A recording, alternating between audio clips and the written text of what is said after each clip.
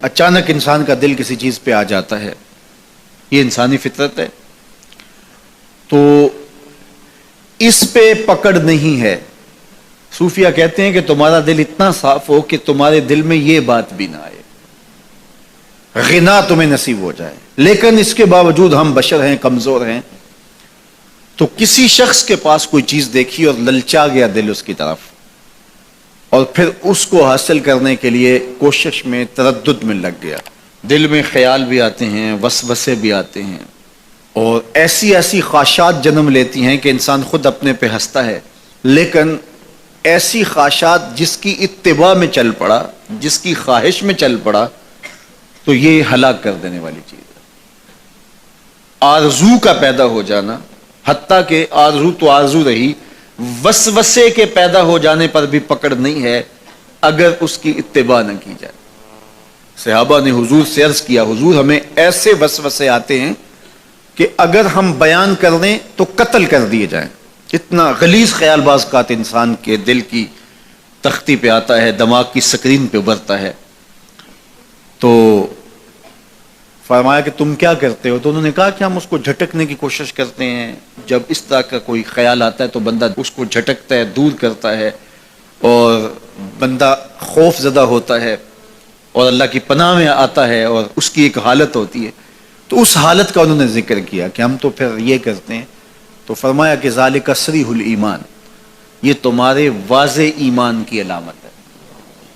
کہ اس وسوسے کے بعد جو تمہاری طبیعت میں بے چینی اور بیزاری پیدا ہوئی، اور اس کو دھکیلنے کے لیے، اس کو خیال سے ہٹانے کے لیے، اس کو تصورات سے دور کرنے کے لیے جو تم نے کوشش کی، یہ تمہارا ایمان تھا جو کھڑا ہوا، اور تم اس سے بچنے کی کوشش کرتے ہو، تو یہ تمہارے ایمان کی علامت ہے۔ تو خالی وسوسہ اگر کتنا ہی غلیظ کیوں نہ ہو، اگر اس وسوسے کو خیال کا حصہ بنا کے اس سوچ کو لذت کا سبب نہ بنا لیا جائے، حتیٰ کہ غیر محرم کے اوپر آپ کی نظر پڑ گئی، تو فرمایا النظرۃ الاولی لک والثانیۃ علیک، جو پہلی نظر تجھے حاصل ہوئی تو وہ تیرے لیے ہے، لیکن اگر تو نے نظر کا تتبع کیا اور پھر تیری نظر نے دوبارہ پیچھا کیا تو وہ تیرے اوپر وبال بن جائے گی۔ تو خواہش کا، وسوسے کا، اور کسی ایسی چیز کا دل اور دماغ کی سکرین پہ ابھرنا اور خیال پیدا ہو جانا، یہ کوئی بات نہیں ہے۔ انسانی زندگی کے اندر کتنے ہزار خیالات جو ہے وہ انسان کے دماغ میں جو ہے وہ پیدا ہوتے ہیں، اور پیدا ہو کر کے مٹتے ہیں، پھر نئے پیدا ہوتے ہیں۔ کبھی بھی انسان کا دماغ خالی نہیں رہتا، ہر وقت سوچتا ہے۔ آپ اگر یہ طے کر لیں کہ میں کچھ نہیں سوچنا، تو یہ سوچ رہے ہوں گے کہ میں کچھ نہیں سوچنا۔ یہ کبھی ہو نہیں سکتا کہ آپ کا دماغ ہو اور اس کے اندر جو ہے وہ کوئی خیال نہ چل رہا ہو، ہزاروں لاکھوں خیالات کا ایک ہجوم گزرتا ہے۔ تو انسان کا دل، دماغ اس طرح بھاگتا ہے۔ آپ اچھے لوگوں میں رہیں گے تو خیالات پاکیزہ ہوں گے۔ دیکھیے، آپ گندگی کے ڈھیر سے گزر رہے ہوں گے تو خیالات اسی طرح کے ہوں گے نا،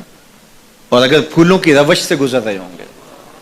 صحن چمن سے گزر رہیں گے تو خیال اس طرح کے ہوں گے نا۔ آپ جو ہے وہ کسی بازار سے گزر رہے ہوں گے تو خیال اس طرح کے ہوں گے، اور مدینے کی گلی سے گزر رہے ہوں گے تو پھر خیال اسی طرح کے ہوں گے نا۔